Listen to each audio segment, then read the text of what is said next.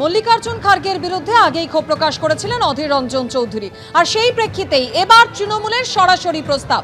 কান্দির তৃণমূল বিধায়ক অপূর্ব সরকার তিনি অধীর চৌধুরীকে তৃণমূলের আসার প্রস্তাব দিলেন। তিনি বললেন, মা মাটি মানুষের জন্য যদি কাজ করতে চান তাহলে মমতা বন্দ্যোপাধ্যায় অভিষেক বন্দ্যোপাধ্যায়ের সঙ্গে কথা বলুন।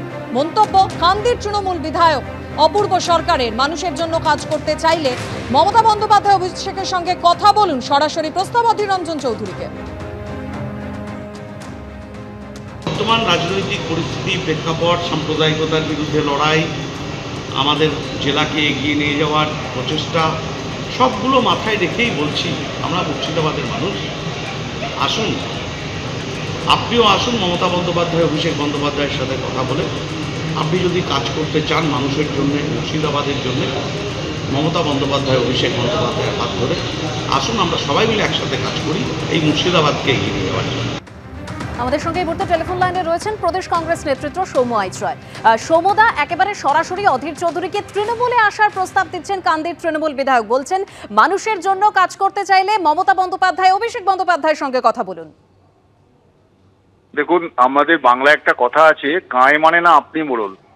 ওনাকে কে বলেছেন যে কংগ্রেসের অধীরবাবুকে সাজেশন দিতেন 5 বারের সাংসদ, তাকে কংগ্রেসের একজন নেতা এবং তিনি লোকসভার বিরোধী দলনেতা ছিলেন। আরে একটু ওজন বুঝে কথা বলুন। আর এইসব কথা বলে কোনো লাভ হবে না। তার কারণ আপনারা বরঞ্চ জিতেছেন, মুর্শিদাবাদের মানুষ আপনাদের জয়লাভ করেছে। আপনারা মুর্শিদাবাদ, বহরমপুরের উন্নতির কথা ভাবুন।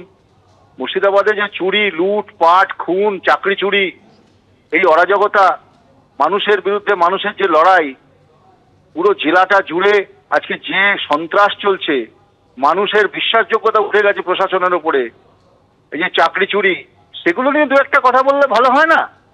আপনারা এই পরামর্শটা বরঞ্চ মাননীয় মুখ্যমন্ত্রী মমতা বন্দ্যোপাধ্যায়, অভিষেক বন্দ্যোপাধ্যায়কে দিন।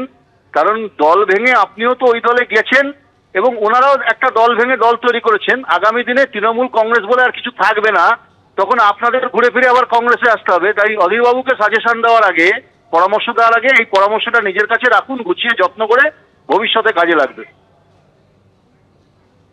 অধীর রঞ্জন চৌধুরীর জায়গায় প্রদেশ কংগ্রেস সভাপতি কে? জল্পনার আগে ঈশার নাম উড়িয়ে দিলেন বাবা আবু হাসেম। এখনো প্রদেশ সভাপতি অধীর, ঈশাও অপরিণত। কংগ্রেস সাংসদ ছেলে নিয়ে বললেন বাবা আবু হাসেম খান চৌধুরী।